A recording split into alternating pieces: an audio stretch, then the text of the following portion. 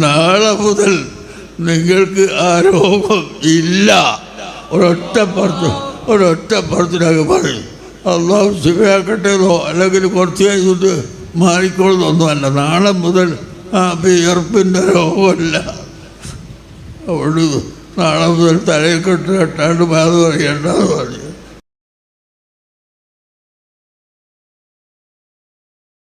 സിയമ്പലിയുള്ളാഹി ആരോടും സംസാരിക്കാതെ ഉള്ള ഒരു കാലമുണ്ടായിരുന്നു. അന്ന് ഞാൻ അവിടെ പോയി എനിക്ക് സംസാരിക്കേണ്ട, കണ്ടാൽ മതി എന്ന നിലക്ക് പോയി. അപ്പോൾ ഇങ്ങോട്ട് സംസാരിക്കാൻ തുടങ്ങി. ഒരുപാട് കാര്യങ്ങൾ സംസാരിച്ചു.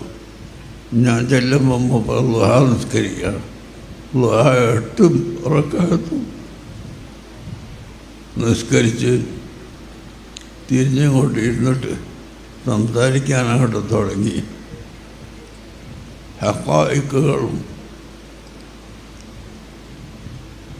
അഹ്ലുസുന്നത്തി വൽ ജമാഅത്തിൻ്റെ അഖീദയും ഇതിങ്ങനെ പറയാൻ തുടങ്ങിയപ്പോഴാണ് ഞാൻ പറഞ്ഞത്,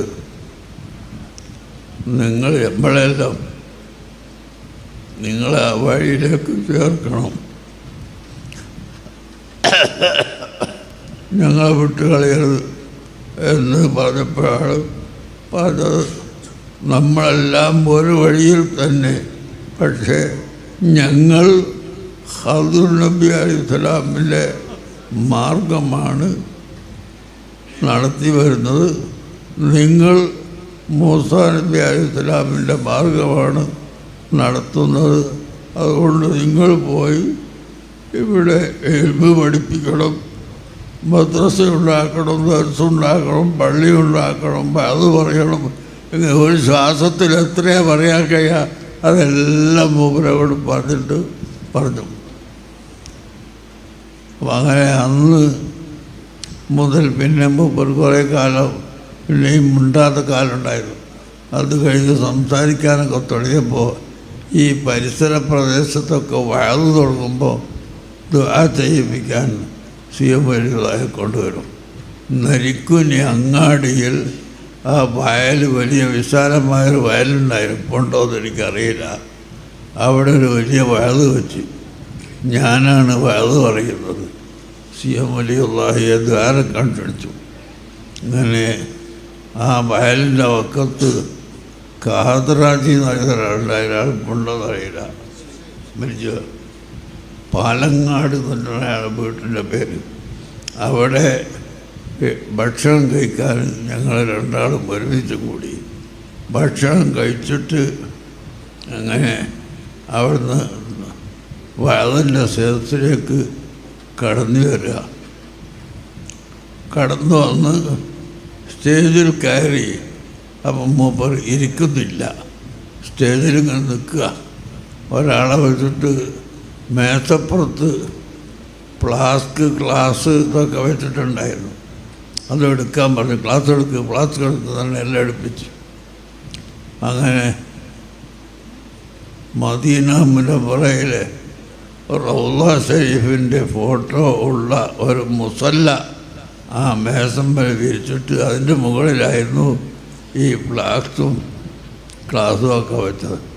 ഉടനെ പറഞ്ഞത് റസൂലുള്ളാഹിൻ്റെ റൗള ഷരീഫിൻ്റെ സൂറത്താണ്, അത് നിങ്ങൾക്ക് ഫ്ലാസ്കും ഗ്ലാസും വെക്കാനുള്ളതല്ല എന്ന് പറഞ്ഞ് ദേഷ്യപ്പെട്ടുകൊണ്ട് പെട്ടെന്ന് അവരോട് കാതുറാജിനെ വെച്ചിട്ട് പറഞ്ഞു, ഒരു സാധാരണ വിരിപ്പെടുത്ത് കൊണ്ടുവന്ന് പറഞ്ഞു.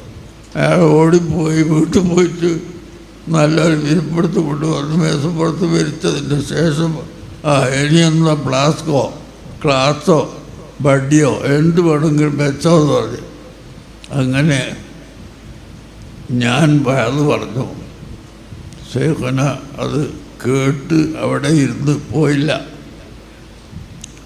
2 മണിക്കൂറിലധികം ഞാൻ വയറ് പറഞ്ഞു. അന്ന്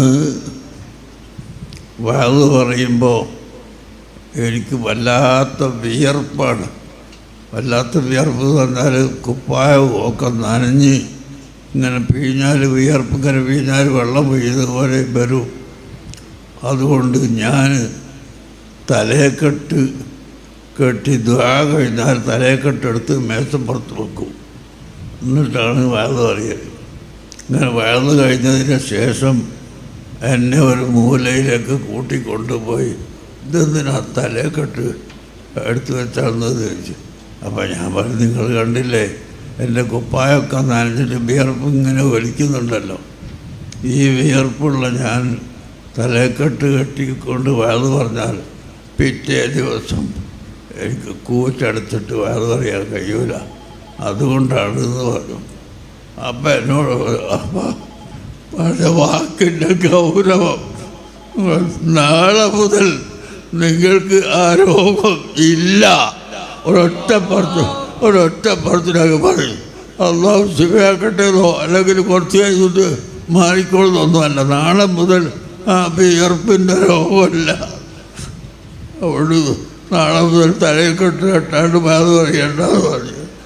അങ്ങനെ പിറ്റേന്ന് മുതൽ എൻ്റെ ആ രോഗം ഞാൻ കണ്ടിട്ടില്ല. ശരീരമൊട്ടാകെ വിയർത്ത് കുളിച്ച് പറയാൻ കഴിയാതെ ആവുന്ന അവസ്ഥ ഉണ്ടായിരുന്നത്. പിന്നെ എനിക്കത് കണ്ടിട്ടില്ല. നാളെ മുതൽ അതില്ല എന്നാണ് പറഞ്ഞത്. അപ്പോൾ ഇന്നമില്ലായി മൻ ലോ അഖ്സമ അലല്ലാഹി ലഅബറഹു എന്ന ഹദീസ് ഞാൻ ഓർക്കുകയുണ്ടായി. അള്ളാഹുവിൻ്റെ അടിമകളിൽ ചിലരുണ്ട്, അവർ ഒരു കാര്യം സത്യം ചെയ്ത് അങ്ങോട്ട് പറഞ്ഞാൽ അള്ളാഹു അതിന് നടപ്പിൽ വരുത്തും എന്ന് ഇമാം ബുഖാരി ഉദ്ധരിച്ച സഹീഹായ ഹദീസിൽ നമുക്ക് കാണാം. അത് ഞാനിങ്ങനെ ആലോചിച്ചു. അപ്പോൾ അന്ന് മുതൽ ഇന്ന് വരെ പിന്നീട് ആ രോഗം ഉണ്ടായിട്ടില്ല.